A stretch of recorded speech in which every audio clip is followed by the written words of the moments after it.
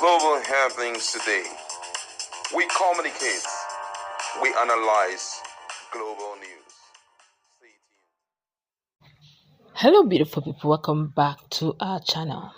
After what transpired in Supreme Court some few days back, it became apparent for Fubara that a lot of things must change and things ought to be done properly. Hence, he decided to make this move. And I guess, according to him, it's not going to be business as usual.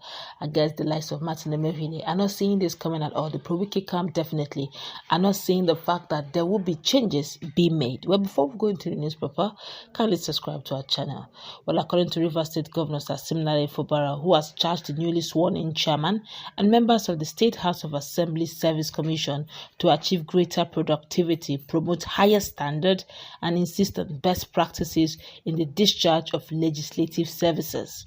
Now, Governor Fubara also urged them to ensure that parliamentary staff are put through disciplinary conduct in the discharge of their duties in the service. Now, Governor Fubara gave the charge shortly after the chairman and members of Rivers State House of Assembly, which is RHSA Service Commission, were sworn in at the Executive Chamber of Government House in Port Harcourt today. The governor also sworn in the chairman, members of Rivers State Local Government Service Commission. Honorable Tamuno Sisi Gogo Jaja is the chairman of Rivers State House of Assembly, with Dr. Kennedy Ebeku, Honorable Soberekun Clark, Honorable Jones Obonda, and Honorable Kingstone Silvanus as members. Now, for the Rivers State Local Government Service Commission, Honorable Goodlife Ben will serve as the chairman, with Chief Emmanuel G. Jaja, Miss Betty Wamate, Barrister Jerome Chimenem, Honorable Prince O. Ohochukwu, Barrister Philip Obaraji, and Christian Amadi as members. Governor Fubara explained that the constitution and swearing in of the respective commissions were delayed with the hope that all former members of the political bloc will come together, but quickly added that such expectation is dashed now as governance has to move on. He said, and I quote, "As it stands now, our position is very clear. The ship that we are on board is clear, and activities of governance have to continue. So this swearing in is to give these two units of government, particularly the House of Assembly Service Commission, a formal commission so that you can start carrying out the activities of promotion, discipline, and every other thing that has to do with the legislative staff activity." Governor Fubara emphasized, this assignment is not business as usual. You have to take full charge and you have to ensure that there is discipline in the service. Speaking on local government service, that's Local Government Service Commission, Governor Fubara said an acting chairman was previously appointed to hold brief while the situation was being studied, but quickly added that as it stands now, a full-fledged commission has to be constituted to steer affairs. Governor Fubara stated that the various local government councils have been mandated to commence payment of the 85,000 naira minimum wage to all their workers, as into their workers. However, Fubara said that mandate has met with series of complaints and about ghost workers or inflated payroll staff lists, which required proper scrutiny in order to ensure that only genuine workers benefit.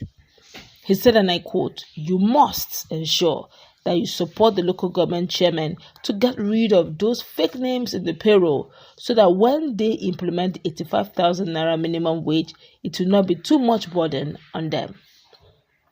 I am not saying you should go and dismiss people who are genuinely employed, though. Hear me very well.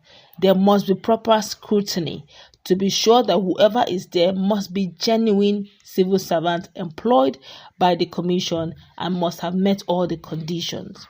Governor Fubara also directed the commission to address the issue of staff stagnation on a particular grade level, which is an ugly practice, and make sure those due promotions truly benefit from statutory progression in the service.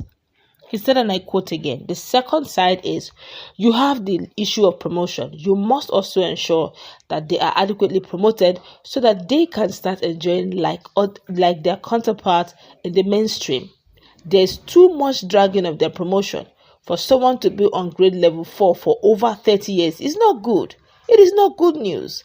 Governor Fubara maintained, I believe strongly that you will not allow yourselves to be corrupted like those stories that we used to hear. Make sure that there is acceptable level of discipline and standard in the Local Government Service Commission. I also believe strongly that you are already prepared for this assignment, and since you are prepared, I will charge you to go do what you know how to do best. Be assured that the government will give you all the necessary support. Governor Fubara noted that the tasks before them could seem herculean, but they should be assured of support from his administration to drive the assignment given to them to reckonable success. Of course, all of this is coming from Fubara. This is getting interesting. I guess, like he rightly said, he said he was hopeful. Honestly, that deep within himself, he was hopeful that before this day, those in the other side of the camp, those in the other part of the other side of the boat, they would have merged, they would have, settled their differences. Remember that Pandev and the likes, Pandev, and some other Niger Delta Commission group were actually looking at, reconciling Fubara with Nyesom Wike. They did all they could, Edwin Clark, and some of them were charged, some other older elder statesmen were charged with that, singular discipline, singular role of mending fences and reconciling Fubara with his Oga at the top, quote unquote, Nyesom Wike. But it didn't work. And of course, this whole matter went down to Supreme Court in some cases. And from all indication, many waters have gone under the bridge, and it became clearer to Fubara that much as he tries to, amend, much as he tries to reconcile, much as he tries to, come to the, the true stable with the hope of, finding some sort of lasting peace with everyone, including Martin Amaewhule and the rest. But it gets obvious by the day that the relationship is beyond repair. But governance must move on, and hence, immediately after the Supreme Court, the likes of Okojumbo did their necessary screening, and they started swearing in the necessary people. So we now have those in the commission, the River State legislative arm, the commission. We also have the local government arm, where they also look at the issues that have to do with local government. Don't forget that they had to do all of this simply because, unfortunately, the 7 lawmakers are not ably represented. That there are those 27 lawmakers who are defected and who are gone, quote unquote. They may not be having proper representation of their people, depending on when the INEC will do conduct a by-election. But meanwhile, while that is going on, they're looking at doing so many things to be done, and he wants proper governance where the people will be carried along full scale. I guess Fubara have made it now clear to all and sundry. He's moving without their Amaewhules, and they had better forget it till 2027. This boat is moving to permanent site. This building is actually on a permanent building, a permanent site. No turning back, no going back. Let's go.